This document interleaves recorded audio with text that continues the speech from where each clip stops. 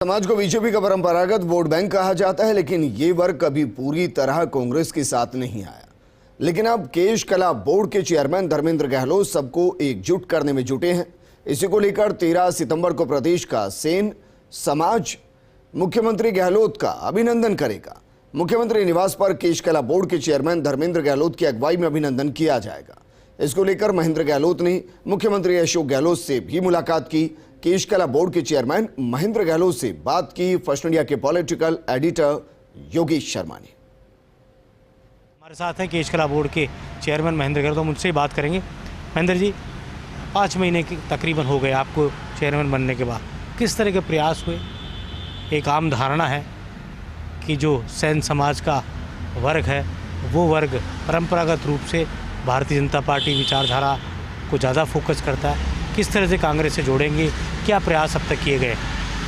देखिए योगेश जी, मैं पिछले 5 महीनों से 13 जिलों में जिला मुख्यालयों पर पहुंच चुका हूं और राजस्थान के 7 संभाग मुख्यालयों पर जाके आया हूं और 60 से 62 विधानसभाओं में जाके आया हूं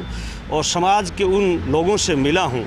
जो अंतिम छोर पर खड़े हैं। हमारा समाज शिक्षा से वंचित है, राजनीतिक से काफ़ी मीलों दूर है और आर्थिक रूप से कमज़ोर है। तो मैं सरकार की योजनाओं को लेकर के और राजस्थान के लोकप्रिय मुख्यमंत्री आदरणीय अशोक गहलोत जी का संदेश लेकर के और समाज के उस तबके तक पहुंचा हूं और समाज की जो भी मांगें हैं, जो भी सुझाव है, उन सुझावों को लेकर के मैं आया हूं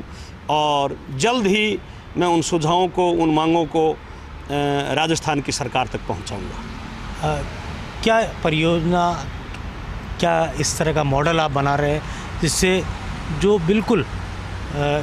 अंतिम छोर पर बैठा हुआ आपके समाज का व्यक्ति है उस तक सरकार की योजना का लाभ पहुंचे और वो सरकार के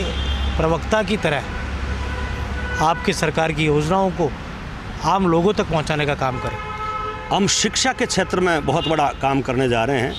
माननीय मुख्यमंत्री जी की भी इच्छा है कि सैन समाज शिक्षा के क्षेत्र में आगे बढ़े, तो हम हमारी सरकार से, मुख्यमंत्री जी से जो हमारे समाज के लोगों से सुझाव आए, उन्होंने मांग रखी है कि हम प्रत्येक जिला मुख्यालय पर समाज के नाम सैन समाज छात्रावास की भूमि की मांग करने जा रहे हैं चंद ही दिनों में, और जिससे शिक्षा के क्षेत्र में हमारा समाज आगे बढ़ेगा। और राजस्थान सरकार की जो भी जन कल्याणकारी योजना है, जैसे महात्मा गांधी अंग्रेजी माध्यम स्कूलें खोली जा रही है गांव-गांव, ढाणी-ढाणी, तो हम भी गांव-गांव, ढाणी-ढाणी पहुंचकर समाज के लोगों को कह रहे हैं कि अपने बेटे और बेटियों को इसमें एडमिशन कराएं, ताकि सैन समाज का बेटा और बेटी आने वाले 10 और 15 साल के बाद गाँव का बेटा बेटी भी अंग्रेजी में बात करे। और हम आर्थिक रूप से हमारा समाज आगे कैसे बढ़े, उनके लिए भी हम skill development training institute, training centre, उनके ऊपर भी काम करने जा रहे हैं। और आपने सही प्रश्न किया कि जो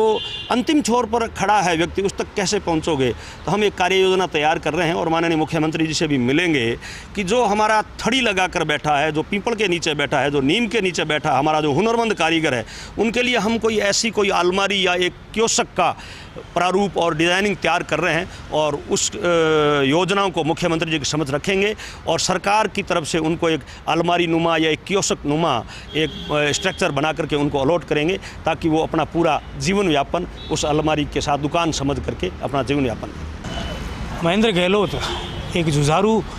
कांग्रेस नेता के तौर पर इनकी छवि रही है और उसी अंदाज में केश कला बोर्ड के लिए काम कर रहे हैं, आगे बढ़ाने का काम कर रहे हैं और कांग्रेस के पक्ष में एक ऐसे वर्ग को लाने का प्रयास कर रहे हैं जो परंपरागत रूप से भारतीय जनता पार्टी का मूल वोटर कहा जाता है। कैमरा जर्नलिस्ट गिरीश के साथ योगेश शर्मा, फर्स्ट इंडिया, जयपुर।